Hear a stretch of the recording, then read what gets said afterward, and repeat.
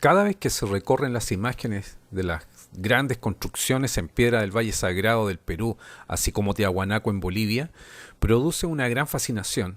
Y es recurrente las preguntas cómo se construyeron tales obras, cuál fue la técnica utilizada por los antiguos que den como fruto tales obras. Este proyecto de investigación quiere dar respuesta a esta interrogante desde el mundo del arte, ya que el arte dentro de sus quehaceres estudia la materialidad de las obras y en su ejercicio productivo requiere maestría sobre los materiales. Frente al desafío de la reproducción de estas obras, en la actualidad nos encontramos con dificultades y algunos requerimientos imposibles de acceder con nuestra tecnología. Sí y solo sí se atiende la técnica que ha señalado la arqueología y es lo que acepta la historia oficialmente, que es la del canteado de la piedra por medio del cincelado. Nuestros antiguos no pudieron legar en forma contundente su cultura, su manera de pensar la existencia, su manera de razonar y de construir. La prehistoria americana tiene grandes vacíos, en parte por el efecto del conquistador cristiano, que si bien es cierto que el tiempo de los descubrimientos es el renacimiento europeo, quienes llegaron a estas tierras más parecieron pertenecer al mundo oscurantista medieval, desarrollando en los siglos siguientes una colonia que prohibió las culturas existentes. Lo que sobrevivió hasta hoy día no nos da respuesta objetiva respecto de estas construcciones. Sí se encuentra lo objetual y la arquitectura, y estos elementos o hallazgos arqueológicos podrían entregarnos un lenguaje que nos permita leer acerca de estos megalitos.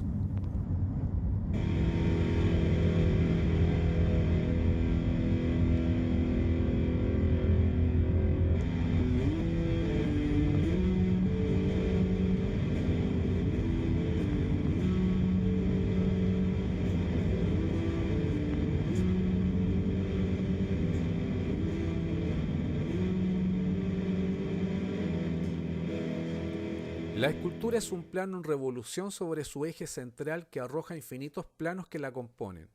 En la escultura con áridos hay dos técnicas aplicables: el vaciado, que puede ser un hormigón o un yeso cerámico que adopta la forma de su molde, y una segunda es la escultura en piedra, el canteo por medio del cincelado básicamente. Las máquinas de herramientas son aportes significativos en la escultura actual. ¿Cómo se alcanza la maestría del canteado? ¿Cómo es la geometría del gesto del escultor para un corte adecuado según la estructura de la piedra? Las losetas del gran anfiteatro romano, el imponente portal de Cibeles y el templo de Augusto y Livia del siglo I en la ciudad de Vienne, en Francia, con sus magníficas columnas, es entre otras una prueba del dominio romano del cincelado. De la misma época, el anfiteatro de Fourvière en el sector viejo de Lyon nos exhibe restos de maravillosas columnas en mármol, obedeciendo el mayor esplendor técnico de la antigüedad por el acabado de inigualable calidad.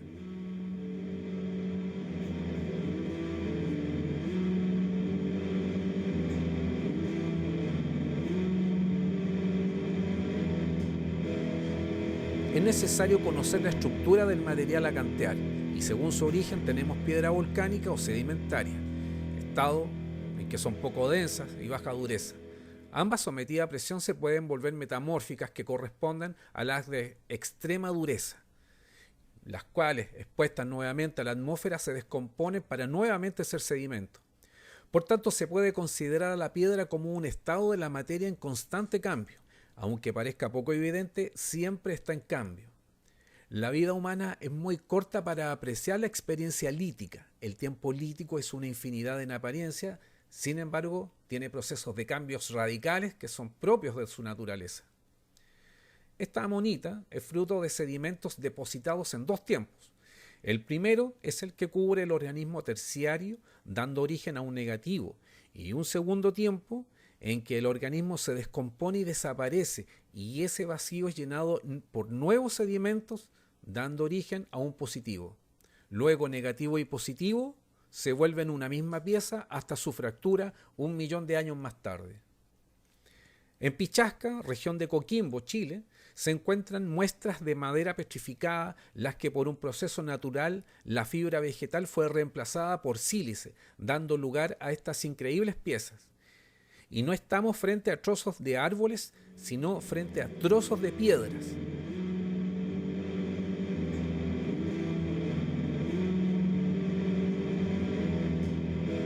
Pero enfrentado a los megalitos de Tiahuanaco en Bolivia y del Valle Sagrado peruano, y siguiendo la propuesta oficial en cuanto a que estos fueron cincelados por manos expertas, plantea legítimas dudas en el canteo de cada pieza y su traslado.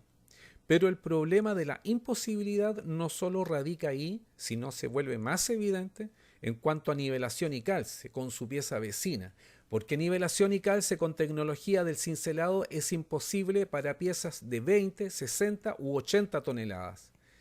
Y es por esto que se presenta la tesis de que estos megalitos nunca fueron frutos del canteo, sino es el resultado de la técnica del moldaje y el vaciado. Nos interesó como lugares de estudio los parques Ichigualasto, provincia de San Juan, y Talampaya, provincia de La Rioja, por los sorprendentes paisajes geológicos, sus procesos de formación y las peculiaridades líticas que presenta la naturaleza. Ichigualasto es un parque lítico, patrimonio natural de la humanidad por Naciones Unidas desde el año 2000. En variadas rocas se aprecian finos sedimentos grises y negros que evidencian un lago en un tiempo anterior a la cordillera de los Andes. El Valle Pintado o Valle de la Luna es una gran depresión donde se aprecia numerosos estratos de su formación sedimentaria en variados tonos de grises y cálidos. La cancha de bochas es una recolección de piedras esféricas del sector, formadas por un proceso natural de concreción a partir de un núcleo, generalmente orgánico como una rama o un hueso al que se le adhieren partículas minerales y se piensa que fueron formadas en un fondo de río o lago. Finalmente las geoformas, siempre en proceso de desaparecer por la erosión, que también es lo que las modeló, la llamada del hongo, hoy es la más espectacular por su tamaño. Colindante a Ichigualasto está el Parque Nacional Talampaya, provincia de La Rioja, donde el óxido de hierro y la ceniza volcánica han determinado su color actual. Los paredones de más de 150 metros de altura, con una edad geológica más joven que Ichigualasto, con alrededor de 225 millones de años, presenta un cañón de 3 kilómetros de largo con geoformas erosionadas por el agua y el viento notablemente. En el parque se encuentran petroglifos cuyo origen es una cultura precolombina que aún no se clasifica con precisión. También los morteros es una gran roca donde fueron tallados agujeros y se desconoce su utilización.